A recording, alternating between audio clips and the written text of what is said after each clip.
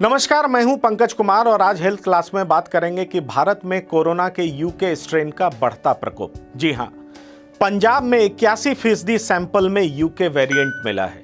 401 sample को test के लिए लैब में भेजा गया, जिसमें 326 में यूके वेरिएंट मिला है। मैं आपको बता दूं कि यूके वेरिएंट वायरस का नाम B117 है और ये B117 पहले ज़्यादा इन्फेक्शियस जरूर बताया जाता था, लेकिन अब ये साबित हो चुका है कि ये ज़्यादा घातक भी है।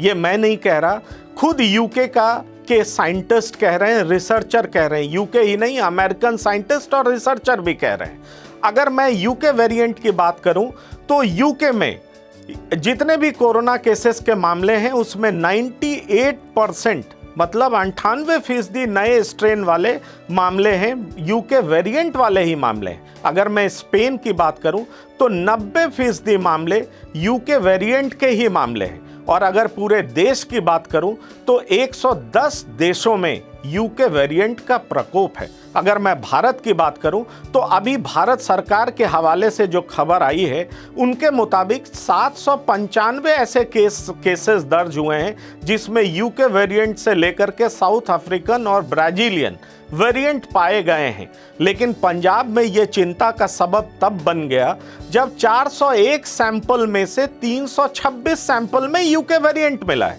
वैसे वहां के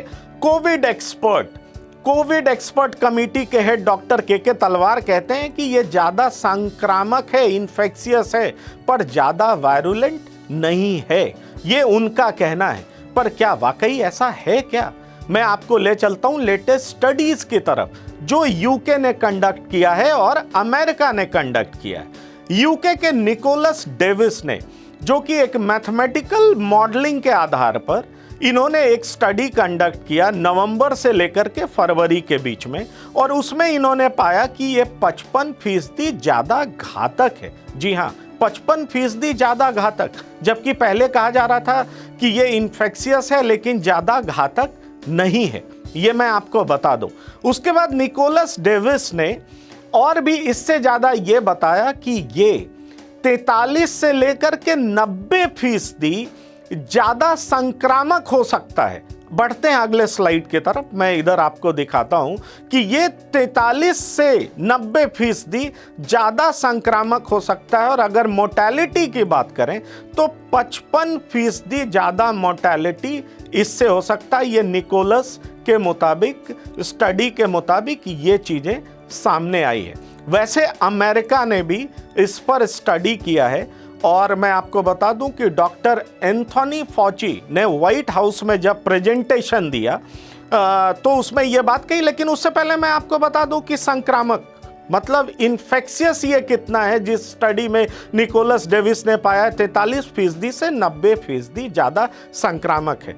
ये तो यूके की स्टडीज़ बताती है और यूके में ये स्टडी नवंबर से फरवरी के बीच में जो 2 मिलियन लोगों में किया गया और जनवरी फरवरी में 42,000 मौतें हुई। जबकि ये कहा जाने लगा कि वैक्सीन भी आ चुका था, कोरोना के ट्रीटमेंट में डेवलपमेंट भी काफ़ी हो चुका था, पता चल चुका था कि कोरोना का ट्रीटमेंट क्या है। लेकिन उसके बाद इतनी मौतें से पूरा यूके हिला हुआ था, और यूके ही नहीं बहुत सारे देश हिले हुए थे। आलम यह रहा कि वहाँ से आवाजाही तक बंद कर दिया गया और भारत भी यूके से डायरेक्ट जो प्लेन आता है उस पर भारत ने भी बैन लगा दिया। अगर मैं अमेरिकी एक्सपर्ट की बात करूं तो अमेरिकी एक्सपर्ट का ये दावा है कि 64% ज़्यादा ये घातक है। जी हाँ, अमेरिकी एक्सपर्ट ने भी 2 स्टडी किया B117 को लेकर के, और 2 स्टडीज़ के हवाले से ये कहा गया कि 64% और 61% ज़्यादा घातक है। और ये किसने बताया? तो ये डॉक्टर एंथनी फॉची ने व्हाइट हाउस में दिए गए अपने प्रेजेंटेशन में इन तमाम चीज़ों का जिक्र किया। अब सवाल ये उत्पन्न होता है कि 2 स्टडीज़ जो वर्ल्ड वाइड यूके और अमेरिका जो इससे बहुत ज़्यादा पीड़ित हैं उनके स्टडीज़ में ये सारी बातें आई हैं। अब चिंता का सबब यह है कि पंजाब में जिस तरह के मामले बढ़ रहे हैं, और पंजाब के चीफ मिनिस्टर ने यहाँ तक प्रधानमंत्री से अपील की कि 45 साल के ऊपर के लोगों को वैक्सीनेट किया जाना चाहिए। वैसे आज भारत सरकार की तरफ से ये बात सामने आ गया कि 45 साल से ऊपर के लोगों को वैक्सीनेशन दिया जाएगा 1 अप्रैल से। तो जाहिर तौर पर ये अच्छी बात जरूर है, पर इस वेरिएंट को लेकर के एक अच्छी बात यह है कि कोविशील्ड जो अपने देश में है, जो वैक्सीन प्रयोग किया जा रहा है, या कोवैक्सीन, इन दोनों को बहुत ज़्यादा इफेक्टिव बताया जा रहा है इस म्यूटेंट के खिलाफ भी। मतलब इस म्यूटेंट पर वायरस जो है उस पे कोविशील्ड और कोवैक्सीन दोनों इफेक्टिव है। पर इतना जरूर है कि अगर इन्फेक्शियस की बात करें, मतलब संक्रामक की बात करें और घातक की बात करें, तो दोनों के टर्म्स में ये बताया जा रहा है कि ज़्यादा घातक भी है और संक्रामक भी है। हालांकि यूके के स्टडीज़ में और अमेरिकन स्टडीज़ में परसेंटेज का डिफरेंस जरूर है।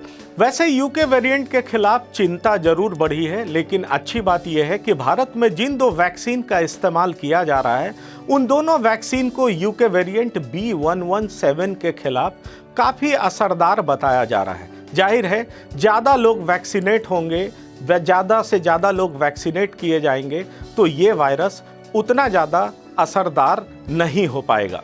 धन्यवाद।